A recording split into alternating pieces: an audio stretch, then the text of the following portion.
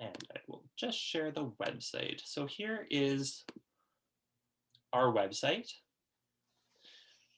As you'll see up at the top, 30th Annual Emerald Awards, 30th Annual Emerald Awards nominations is where you submit your nomination. Already covered, we have what our recipients receive, what our shortlist receives, how to submit, where to submit your nomination, and the registration for the webinar today. If you're wanting to watch these videos again, this is where I'm going to be putting them probably tomorrow. Before we dive into the nomination form, what I also wanted to point out is that we also have provided a Word doc version of the form here. This is if this is not the nomination form, this is solely a worksheet. So really great if you have a number of people within your organization who are working on the nomination together. You can convert it into a Google Doc, you can share the nomination rather than creating an account where everyone has access to it. It might just be easier to craft your nomination in a Word doc and then copy and paste it into the actual nomination itself. So I'm going to click on the big orange button, Submit a Nomination, which takes us to our nomination system, which is called Submittable. It's very user-friendly.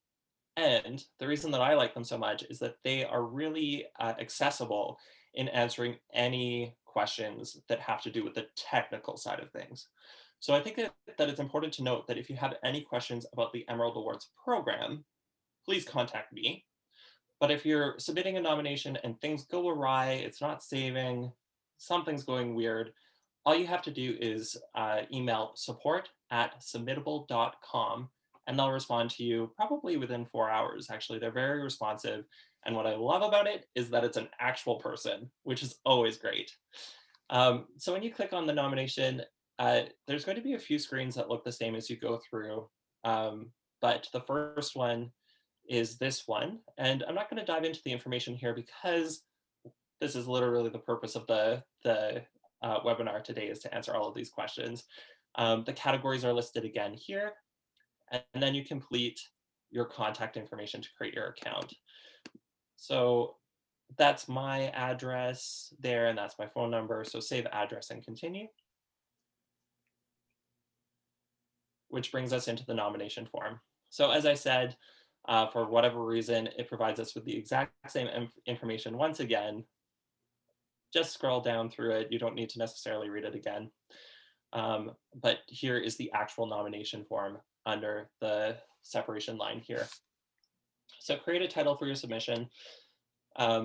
Example, your project or your organization's name. You can be creative with this too, though. If there's a creative title that you'd like to give to it, that's perfect. So today we'll call it Make Your Emerald Nomination Stand Out. Perfect. The next section is kind of I'm going to say that it's a bit of a screening process for our judges, just to see where you're at and to provide you with some recommendations around if it's the right time for you to be nominating and what to consider. Typically with our nominations, we recommend that your project has been active or your work has been active for 3 or more years. The reason for that is that with that history, you're able to provide quantifiable and qualifiable data to show that the work that you have been doing isn't about to have amazing impacts, but has already made amazing impacts.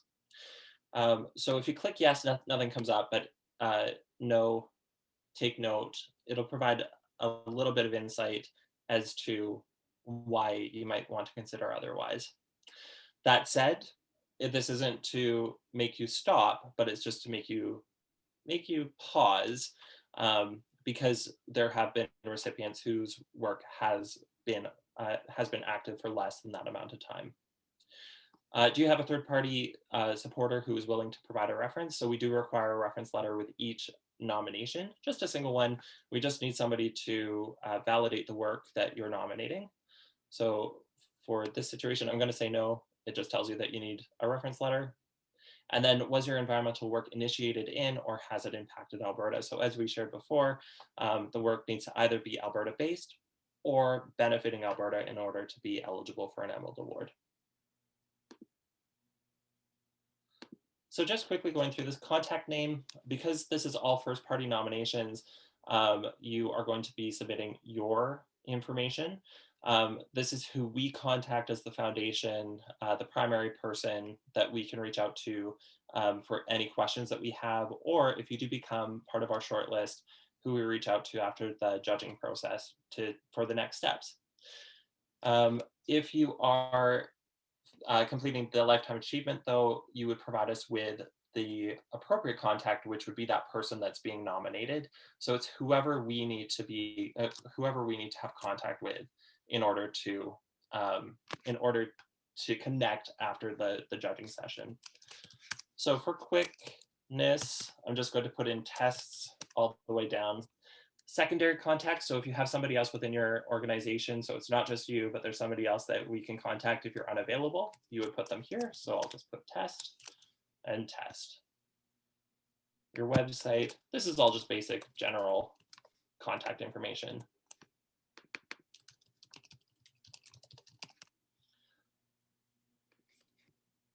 Street address. As you see here, this is how we would want you to complete it. So street, city, town, province, postal code. Is it the same as your mailing address? Yes. So because because the project categories are all separate, are welcome to multiple sectors nominating within the category, we want to provide our judges with a little bit of insight as to where the nominations are coming from. And so this next section allows us to do that. So what sector do you belong to? I'm going to say business. And then it breaks it down a little bit more. Are you a small business with less than 100 employees? Sure. Are you more than there? And each one will actually have something to distinguish where the level of work that you're doing. Provide your organization's mission, vision, and values. Include the services you provide, if applicable. So if you're doing lifetime achievement, this is an awkward question, so you actually don't have to answer it, but this is for anyone else. And describe the communities you serve. Who benefits or benefited from your work? So is it something local? Is it provincial? Is it a specific demographic that you're servicing? That we want to know about that. Next section. So this is where we actually dive into the nomination form itself. So as you know, previously we have the categories separated into two. We have our legacy categories and our projects. So depending on which one you're going to be nominating for, you're going to click on the toggle. I'm going to say that I'm nominating for my business. Summary of activities. So please share your environmental history and accomplishments. So we give you 250 words, which is a full page. It doesn't seem like a lot, but there's going to be other opportunities later on where you're going to be able to provide us with more information, videos, PDFs, PowerPoints, anything. So really this is, we want you to be concise here. We want you to provide as much information as you possibly can. Some of our judges are okay with bullet points, others want complete sentences, but whatever you can fit within that 250 words is what we want to hear. How many years have you or your organization pursued this work? So I'm going to say that I've pursued it for 3 years. And then next up, so the reason that we're all here. So environmental benefits and outcomes. So how have you positively impacted the environment? Pretty straightforward question. You do get 250 words to complete it. We want to know what your environmental impact was. Oh. Next section is on leadership. So we do recognize environmental leadership. So this section, how have you demonstrated creativity? What barriers did you overcome? How have you inspired others through your work? We want to hear about it, your outreach, any challenges that you've faced, ways that you've inspired others within your industry. Tell us about it. Tell us about it here. Again, you have 250 words, so you're already at a 3-page nomination, which is pretty good. I'm just going to put a single word. And now here's our new section. So 7th generation principle. So if you're unfamiliar with what the 7th generation principle is, we worked with the Heowen to establish this next question. Since time immemorial, Indigenous people have stewarded the lands with the core belief that the true owners of the land have yet to be born. When making treaty, the Iroquois seven-generation principle, and later the Nahiwa Cree concept of Atinagon, or looking ahead, was critically important to ensure that all decisions made would ensure a sustainable world 7 generations into the future. In alignment with that same spirit, please describe how you envision your achievements positively impacting future generations. So this really comes down to the sustainability of your work. How, and there's some creativity here too. 7 generations down the road is quite some time, but we want to know how your work today is going to impact years and generations into the future. Um, I'm going to just put test. Next up, so aligning with the United Nations Sustainable Development Goals. So the Alberta Emerald Foundation, we felt like it was important to align ourselves to a larger global purpose. And this is beautifully outlined through the United Nations Sustainable Development Goals. In this section, you can click as many as apply to your work. And we've also provided the link to the Sustainable Development Goals on the United Nations website if you need the definitions or to understand more about them before you click on them. But there's 17 of them.